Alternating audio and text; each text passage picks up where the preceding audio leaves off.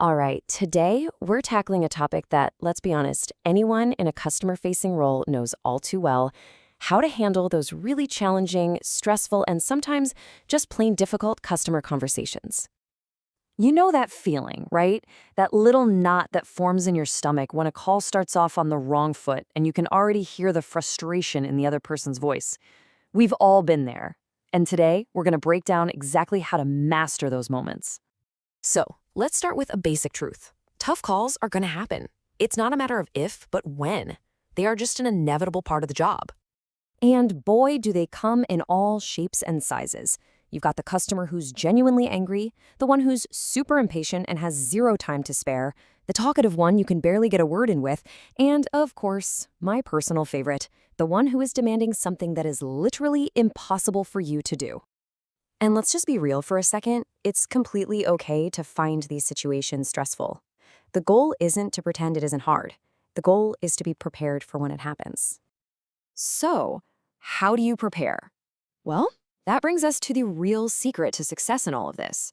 It all comes down to a really important shift in your mindset. See, our natural human instinct when we're faced with aggression is usually to fight back, right? To get defensive. But the professional reaction? It's the total opposite. It's not about fighting, it's about guiding.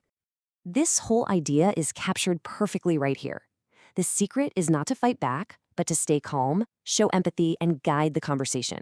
If you can master this one fundamental shift, it changes absolutely everything. Okay, so having the right mindset is one thing, but what does that actually sound like in a real conversation? Let's dive into the tools you'll need with our next section, the language of calm. Everything, and I mean everything, starts with empathy. And put simply, it's just about showing that you understand how someone is feeling. And notice, this doesn't mean you have to agree with them, just that you hear them and recognize their emotion. And here's a perfect example of what that sounds like. This one sentence, "I understand how frustrating this must be," can instantly change the entire dynamic of a call. It shows the customer you're not their enemy, you're on their side. And here's a super practical playbook for how to put empathy to work. If a customer has a complaint, you apologize. If they're frustrated, you sympathize. If they're being rude, your job is to stay respectful no matter what. And if they're upset, you reassure them. It's like a clear map that takes you from their problem to your professional solution. Using empathy is really the first step toward our next key skill, which is de-escalation. This is the active process of just lowering the tension, taking the confrontation right out of the conversation. So how do you do that? Well, it's not always about the specific words you use. Honestly, your most powerful tool is your tone of voice. A calm, steady, respectful tone can do way more to de-escalate a situation than any magic phrase ever could. Of course, it's just as important to know what not to do. There are two huge pitfalls to avoid. First, never, ever interrupt a customer when they're venting. Just let them get it all out. And second, avoid a patronizing tone at all costs. Nothing will make a bad situation worse faster. All right, we've got the mindset, we've got the language, so let's put it all together into a repeatable process in our final section, mastering the conversation. All of these techniques we've talked about, they're all building toward this one overarching goal: professionalism. And that just means acting with respect and skill no matter what is being thrown at you. You basically become the calm center of the storm.